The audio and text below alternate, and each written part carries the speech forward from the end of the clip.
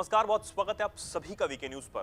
दुनिया में तुर्की और स्वीडन दो ऐसे देश हैं जो एक दूसरे के कट्टर विरोधी हैं, लेकिन इस विरोध के बीच कुछ ऐसा हुआ जिसने एक बार फिर से इस्लामिक देश एकजुट होने लगे हैं। विवाद है कुरान को लेकर, जिसे जलाने के बाद अब विवाद बढ़ता ही चला जा रहा है। दरअसल हालात इतने खराब हैं कि तुर्की ने स्वीडन के रक्षा मंत्री की यात्रा को रद्द कर दिया है। नाटो से स्वीडन से जुड़ने के विवाद की शुरुआत स्वीडन की राजधानी स्टॉकहोम से शुरू हुई, जहां पर विरोध प्रदर्शन में शामिल लोगों ने तुर्की दूतावास के बाहर प्रदर्शन किया। इसी प्रदर्शन के दौरान धुर दक्षिणपंथी डेनिश राजनीतिक पार्टी के नेता स्ट्रेम कुर्स रासमस पलुदान ने कुरान को जला दिया। कई मुस्लिम देशों ने कुरान जलाने को लेकर स्वीडन की निंदा की है। इसका जवाब देते हुए तुर्की के कुछ समर्थकों ने स्वीडन के राष्ट्रीय ध्वज को जला दिया। मुस्लिम धर्म के लिए कुरान सबसे पवित्र किताब है। इसकी वजह से स्वीडन के विरोध में दुनिया में मौजूद अधिकतर मुस्लिम देशों ने विरोध दर्ज करवाया है। हालांकि कुरान जलाने वालों ने क्या कहा है वो भी जानिए। अगर आपको लगता है कि अभिव्यक्ति की स्वतंत्रता नहीं होनी चाहिए, तो आप रहने के लिए कोई और जगह देखिए। आपको बताते हैं कि किस मुस्लिम देश ने कुरान को जलाने के मामले में क्या कुछ कहा है। हालांकि ये वही देश है जो नूपुर शर्मा के मामले में भी एकजुट होते दिखाई दिए थे। उन्होंने इस्लाम से स्थानीय लोगों को होने वाली दिक्कत के बारे में बात की। शुरुआत करते हैं पाकिस्तान के दोस्त तुर्की से। तुर्की के विदेश मंत्रालय के एक बयान में कहा गया है कि हमारी बार बार की चेतावनी के बावजूद स्वीडन में हमारे पवित्र ग्रंथ कुरान पर हमला हुआ। हम इसकी कड़ी से कड़े शब्दों में निंदा करते हैं।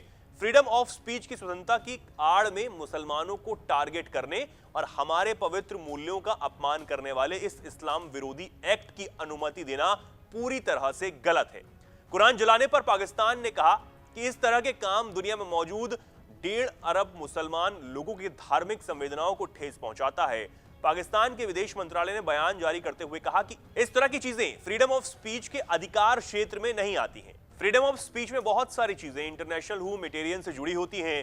पाकिस्तान ने कहा कि इस्लाम शांति का धर्म है और हम दुनिया में जितने लोग मुसलमान से अलग धर्म से जुड़े हैं उनका आदर और सम्मान करते हैं। कुवैत विदेश मंत्री शेख सलीम अब्दुल्ला अल जबेर अल सबहा ने राज्य समाचार एजेंसी कुना के ओर से जारी बयानों में कहा, यह घटना दुनिया भर में मुसलमानों की भावनाओं को आहत करती है और गंभीर उकसावे का प्रतीक है। उन्होंने अंतर्राष्ट्रीय समुदाय से इस तरह के अपमानजनक कामों को रोकने और घृणा, उग्रवाद के सभी रूपों की निंदा करने और अपराधियों को जवाबदेही के लिए जिम्मेदार ठहराने की जिम्मेदारी लेने का अनुरोध किया है। सऊदी विदेश मंत्रालय ने एक बयान में कहा, सऊदी अरब संवाद, सहिष्णुता और सह अस्तित्व के मूल्यों को फैलाने का अनुरोध करता है और नफरत और उग्रवाद को खारिज करता है। संयुक्त अरब अमीरात ने कहा कि यह मानव और नैतिक मूल्यों और सिद्धांतों के उल्लंघन में सुरक्षा और स्थिरता को अस्थिर करने के उद्देश्य से सभी प्रथाओं के खिलाफ था।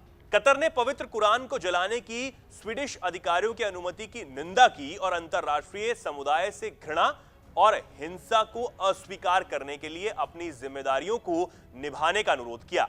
विदेश मंत्रालय के प्रवक्ता नासिर कनानी ने इसे मुसलमानों के खिलाफ नफरत और हिंसा भड़काने का प्रयास बताते हुए कहा कि कुछ यूरोपीय देशों ने बोलने की आजादी की वकालत करने के झूठ फैलाने के तहत चरमपंथी और कट्टरपंथी तत्वों को इस्लामी मूल्यों और मूल्यों के खिलाफ नफरत फैलाने की अनुमति दी है। हालांकि आपको याद दिला दें और बता दें कि पलुदान पिछले साल मई में कुरान जलाओ यात्रा उन्होंने शुरू की थी। इस दौरान उन्होंने स्वीडिश लोगों से इसे जलाने का आग्रह भी किया था। इसके बाद पूरे स्वीडन में दंगे फैल गए थे। इस दंगों में कई लोगों की मौत भी हो गई थी। इतना ही नहीं, तुर्की और पाकिस्तान स्वीडन से नाराज भी हो गए थे।